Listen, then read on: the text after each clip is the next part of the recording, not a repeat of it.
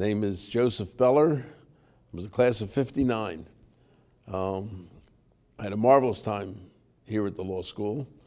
It prepared me for the practice of law in more ways than I could have imagined when I was a student. I had friends who were students at other law schools where they gave answers. Here, we learned to tackle the question and how to answer the question ourselves. And I think that that's what has stood me in good stead for over 50 years of practice, and I'm still practicing full time. So I use it every day. Kind of funny that I even got to law school, because I actually, at undergrad, took a course at Temple University. I was an undergrad at Temple. And very few Temple guys seem to ever get into Penn, number one. Number two, I really wasn't thinking much about applying to Penn. I had a sociology professor who gave us a case, which I'll never forget the name of, Yickwo versus Hopkins. And it was about how the city of San Francisco was discriminating against Chinese laundry owners as opposed to those who weren't Chinese, the Caucasian. And I said, hey, if that's what the law can do, I answered the question, and I was the only one in the class that seemed to have the fire that he expected. And having come from Southwest Philadelphia originally, which is what we later learned the word was integrated, but it was really a melting pot. It just bothered me, and I said, you know, maybe the law will be fun. But I put that on the back burner when I was doing radio and TV work at WFIL, and they offered me a job, and I probably was supposed to work in production for American Bandstand, a little company that didn't do badly. My dad, rest his soul, and I talked about it a little bit, and he said, well, why don't you think of law school? You seem to kind of like that. And I said, well, I'll make you a deal. If I can get into Penn Law School, I'll go to law school. And if I don't get into Penn, I'm going to be working at ABC. And never dreamed that I would get in. I obviously did better in the exam than I thought I did, and I was accepted. And although I tell the story, I really don't look back with any sadness, because not only was the law school good to me, it did lots of things for me. I was always proud that I had gone to Penn Law School. Funny incidents, of course, you remember all kinds of things. But I was in that era when we had Leo Levin and Clark Bice and some of the other names you've heard about, Clarence Morris, Noyes Leach. Because it was the anonymous marking system, so they didn't know whose paper they were grading, you had the freedom to say and do pretty much what you wanted. Of course, within bounds of propriety, but they mingled with you, they talked to you. They educated you even when they weren't up at the podium. It kind of seeped in, you didn't know it. Even the legend, as we walked up to the library every day, I said to someone the other day that I had the honor at 70-some years old of arguing a case in the Pennsylvania Supreme Court, case of first impression. And in the back of my head, I knew I would have to explain this concept to the justices to win. And all I could see was that legend above the stairs in the old building. He knows not the law, who knows not the reason, therefore. And that was back there. And I said, oh my God, I mean, is this great education or senility? I choose to think it was great education. The professors were so marvelous that you couldn't really appreciate them until you got to look back. I was asked to fill in and teach a course in undergrad at Drexel by a fellow who was the head of the department. Someone wasn't ready, and I said, okay, get me the book and I'll get ready for it. And he said, well, you start on, this was on a Friday, and he said, you start Monday. I said, how can I be ready? And he said something which I think is interesting, on which you have to be proud. He said, you went to Penn Law. If you can't teach an undergrad course in contracts, we all laughed. I taught it. I was there for 20 years. I then taught at Temple for another 5 or 6 years. And I must tell you that sometimes I was known as a kind of a wise guy. I tended occasionally to imitate my professors in front of them or at law parties. They never seemed to mind. And I will tell you that when I taught, I sometimes heard their voice. That made me a better professor, I think. So all in all, it was a marvelous experience.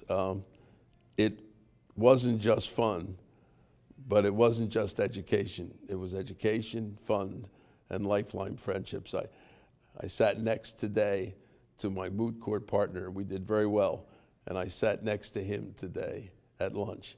From the class of '59 to 2014, it's still a thrill to relive those old days, and it's still a thrill to have been here. Well, yeah, of course, but you know, Dick Cantor, Bob Shapiro, when I sat next to, Murray Eckel, there were a whole bunch of guys. We had a guy that we used to call the coach. He was prematurely bald. We were kids, if you have to remember, we were in our early 20s. He was bald, so he always wore a gray hat, and he kind of looked like a football coach, so we used to call him Coach. We had some just really fine guys. One of the things that intimidated me a little bit the first couple of days was that here I was, a kid from Temple, and as I said, there weren't many of us, and I looked around, these guys had been at all of these great schools, and they were all so bright. I learned that we could help each other, and we did help each other by feeling free to express our opinions in class, which was, by the way, one of the great wonders of this institution. You weren't intimidated. You were impressed. You were in awe of your professors, but you weren't intimidated. I just want to relate one very funny experience. The dean at the time was Jefferson Fordham. Jefferson Fordham had this marvelous, like a Virginia accent, this just soft. After graduation in 1959, a number of us had to do military service, and some of us went to Fort Dix. We came back one evening to pick up friends on Sansom Street, and as we were turning at 34th Street, Dean Fordham came out with the then Chief Justice of the United States. And the kind gentleman he was, he introduced us to the Chief Justice and referred to us as distinguished graduates, which raised my class standing immediately, of course. And just to show that when you graduated from Penn Law, you're not intimidated, when the Chief Justice referred to our green Army uniforms as interesting clothes for young lawyers, I suggested to him that, in fact, I said to him, it's interesting, Mr. Chief Justice, we both work for the same boss. They give you a robe, they give me a green suit. He turned to the dean and he said, I see why your graduates are so successful.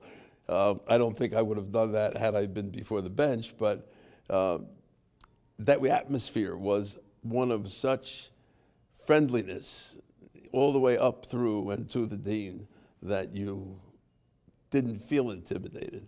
I certainly wasn't. Well, I started to practice. I did a lot of different kinds of areas of law and general practice, and then kind of settled in somehow. It happens. I was always interested in real estate law because I really didn't think that real estate law was dry. I thought there was a lot of interesting things that were happening in the real estate law. And I ended up kind of doing mostly land use and zoning in Philadelphia. And subsequently, I've taught the courses for the accreditation for the Pennsylvania Bar, Philadelphia Bar, the CLE courses. And I've been on almost every panel of land use and zoning in Philadelphia, partly because of my age and the white hair. They refer to me sometimes when I walk into the board as the dean of zoning lawyers. I always think that it would be nice if they meant the dean in the sense that I know everything and not just the white hair. But so I did kind of specialize in that and have been, not allowed to say specialized because That's a bad word. I've concentrated in that area, let's say, and and as I said, I've been to the Supreme Court. Actually, have had cases that are being cited over and over again, which is always a thrill. In fact, I had an opponent who didn't go to Penn, which means he didn't look carefully. He, in an action where we were opponents, cited that case incorrectly. And the judge said, I suppose Mr. Beller's going to have something to say about that because he was counsel. The judge had read the brief, and the judge did know what it was about, and he was dead wrong, and he was nailed. And I laughed because I felt there was another victory for Penn over, I won't mention the other fellow's school. He thought he was kind of great. He went to one of those other schools that he always thought was superior to Penn. So taught him a lesson. Keep an open mind. Don't put yourself into any boxes. Do something that I'll combine first day with the answer. As I came up the steps the first day, a third-year student whom I happened to know, and I also knew was a wise guy, said to me, "Joe, you can save a lot of time if you don't bother to read the cases." Well, at a school that's all case law, I knew he was wrong. So to the incoming and to the would-be, if you want to practice law, read the cases. Recognize that things change. Recognize that it's your job at some point in time to help make those changes for the good. The Plessy versus Ferguson gave us segregated schools. Brown versus the school board righted it. It was lawyers who helped make this a better world. If you want to be a lawyer, great. But read the cases, keep an open mind, and above all, remember what they teach you here. Remember that legend, he knows not the law, because that's important. So it's a great life. Live it.